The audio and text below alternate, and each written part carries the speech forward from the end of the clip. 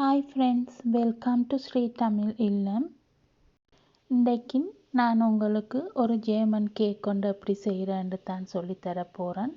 இதோட பேர் ஜெர்மனில் tray dish கூஹனுண்டு. இந்த கேக் பட்டர் கேக் மாதிரி ஒரு மிக்சர் ஒன்றும் சீஸ் கேக் மாதிரி ஒரு மிக்சரும் செய்துட்டு கீழுக்கு பட்டர் கேக் மிக்சரை போட்டு மேலால் சீஸ் கேக் மிக்சரை போட்டு பேக் பண்ணிக்க அது தானாகவே கீழே இருக்கிற பட்டர் கேக் மேலே வரும், மேலே இருக்கிற சீஸ் கேக் கீழே போகும். அதுபடியாக தான் அந்த பேர் அந்த கேக்குக்கு கொடுத்துருக்குறாங்க. இந்த கேக் பார்க்குறதுக்கு மேலால் கொஞ்சம் வடிவில்லாத மாதிரி இருந்தாலும் நல்ல டேஸ்டான கேக் கொண்டு நீங்கள் சீஸ் கேக் அப்படி சாப்பிட விருப்பமானாலுண்டா கட்டாயம் இந்த கேக்கு ட்ரை பண்ணி பாருங்க. அதில் நாங்கள் கேக் மிக்சருக்கு தேவையான பொருட்கள் பார்ப்போம். மைதாமா 150 கிராம், 3 முட்டை, பட்டர் அல்லாட்டி மார்ஜரின் 150 கிராம், சீனி 90 gram, vanilla essence 1 teaspoon, vanilla extract எடுக்கிறேன்டா 1/2 டீஸ்பூன், சிறிதளவு உப்பு, 15 கிராம் பேக்கிங் பவுடர், இந்த மாதிரி பேக்கெட் ஒன்றில் 15 கிராம் இருக்கிறது. சீஸ் கேக் மிக்சருக்கு 3 முட்டை, 150 கிராம் பட்டர், ஆனால் கட்டாயம் இது ரூம் டெம்பரேச்சரில் இருக்கணும்.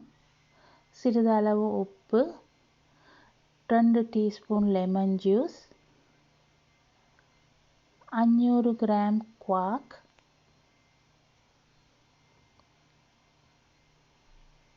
110 கிராம் சீனி, இந்த மாதிரி ஒரு பேக்கெட் வெனிலா புடிங் பவுடர். எல்லாட்டி உங்களுக்கு இது இல்லாட்டி இதுக்கு பதிலாக 37 கிராம் கார்ன்ஃப்ளவர் எடுக்கலாம். இந்த புடிங் பேக்கெட்டுக்கு 500 மில்லிலிட்டர் பால் விட்டு கரைச்சி அடுப்பில் காய்ச்சி கஸ்டர்ட் புடிங் மாதிரி செய்கிறது. அந்த பேக்கெட்டில் தான் ஒன்று இன்றைக்கு தேவை. உங்களுக்கு இது இல்லாட்டி நீங்கள் நார்மல் கார்ன்ஃப்ளவர் யூஸ் பண்ணலாம், ஆனால் கொஞ்சம் வெனிலா கூட சேர்த்துக்கொள்ளுங்க. இது இங்கே கணக்கு பிராண்ட்களில் இருக்குது. நான் இன்றைக்கு இந்த பிராண்ட் தான் எடுத்தேன். நான் இந்த குவாக்கில் 0.3% தான் ஃபேட் இருக்குது. இது இங்கே சீஸ் கேக் செய்கிறதுக்கு கூடுதலாக பாவிக்கிறவங்க. ஜெர்மனியை தவிர ஃப்ரான்ஸ், சுவிஸ், மற்றது ஆஸ்திரியாலெல்லாம் இருக்குன்னு எனக்கு தெரியும். உங்களோட நாட்டுகளில் என்ன பேரில் இருக்கிறதுன்னு நீங்கள் கூகுள் டிரான்ஸ்லேட் பண்ணி பாருங்கள். ஆனால் இங்கிலீஷில் சில நேரத்தில் டிரான்ஸ்லேட் பண்ணிக்க காட்டேஜ் சீஸ்ன்னு வரும். ஆனால் இது காட்டேஜ் சீஸ் இல்லை. நீங்கள் தயவுசெய்து காட்டேஜ் சீஸ் எடுத்து இந்த ரெசிப்பியை ட்ரை பண்ணிடாதீங்க. நீங்கள் இதை பார்த்தீங்கன்னா சரியான திக்காக தான் இது இருக்குது. சில ஆக்கள் இங்கே சொல்கிறாங்க இலங்கையில் இருக்கிற தயிருக்கு தான் குவாக்குன்னு சொல்கிறாண்டு.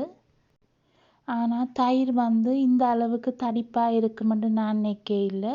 உங்களுக்கு வேணுமெண்டா ஒரு துணி ஒன்றில் தயிரை போட்டு அந்த தண்ணியை வடிய விட்டுட்டு ஒரு 2-3 மணித்தியாலம் வடிய விட்டு போட்டுட்டு எடுத்தீங்கன்னா சில நேரம் சரி வரலாம். ஆனால் நான் ஒரு நாளும் செய்து பார்த்தில்ல. இது சீஸ் கேக் செய்கிறதுக்கு யூஸ் பண்ணுறபடியாக நீங்கள் நிற்காதீங்க. அமெரிக்கன் ஆக்கள் க்ரீம் சீஸ் போட்டு சீஸ் கேக் செய்கிறபடியாக இது க்ரீம் சீஸுண்டு. இது க்ரீம் சீஸும் இல்லை. முதலில் கேக் மிக்சர் செய்கிறதுக்காக மைதா மாவுக்கு பேக்கிங் பவுடர் இந்த மாதிரி அரைச்சி போட்டுட்டு நல்லா ஸ்பூனால் மிக்ஸ் பண்ணிக்கொள்ளுங்க. மார்ஜரின், சீனி, சிறிதளவு உப்பு, வெனிலா எல்லாம் சேர்த்து நல்லா ஒரு க்ரீமாக வர மட்டும் பீட் பண்ணணும். இந்த மாதிரி க்ரீமாக வந்த பிறகு முட்டையை ஒன்றொண்டா போட்டு பீட் பண்ணணும்.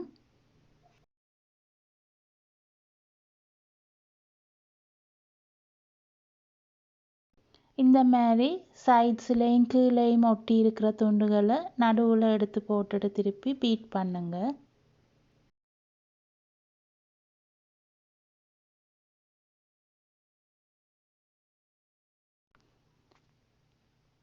இந்த மாதிரி தான் கொஞ்சம் துண்டு துண்டாக இருக்கும். இதுக்கு இனி மைதாமா எல்லாத்தையும் ஒரே அடியாக போட்டு லோ ஸ்பீடில் பீட் பண்ணணும்.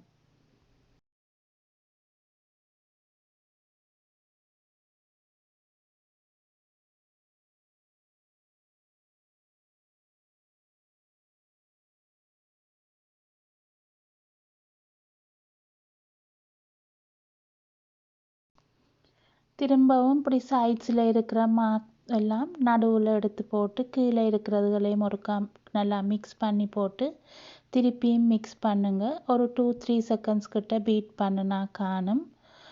போட்டா பிறகு கன நேரம் பீட் பண்ண தேவையில்லை.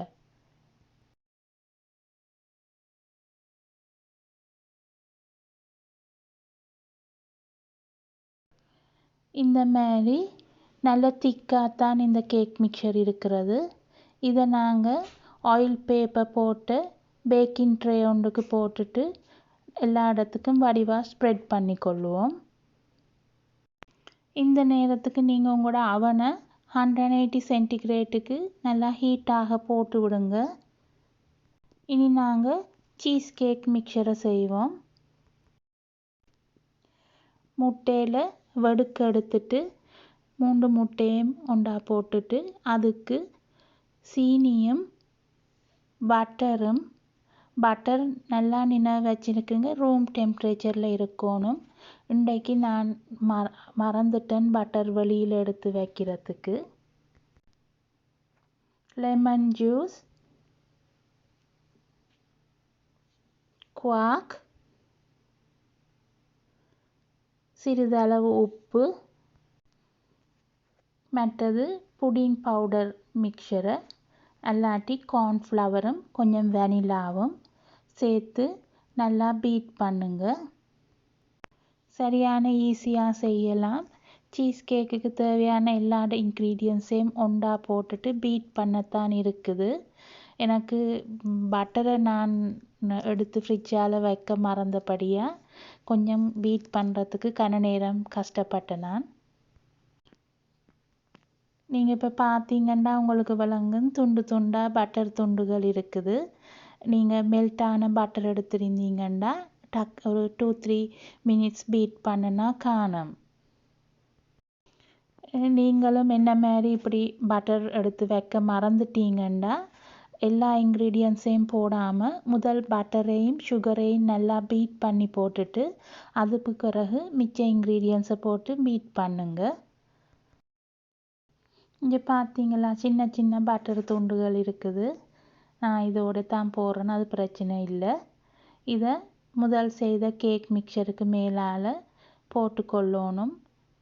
மெல்லவாக போடுங்க, ஒரே இடத்துக்கு போடாமல் சுற்றி வர போட்டு வடிவாக ஸ்ப்ரெட் பண்ணி கொள்ளணும். இதை இனி 180 சென்டிகிரேட்டுக்கு ப்ரீ ஹீட் ஆகின அவனில் 25 to 30 மினிட்ஸ் பேக் பண்ணணும்.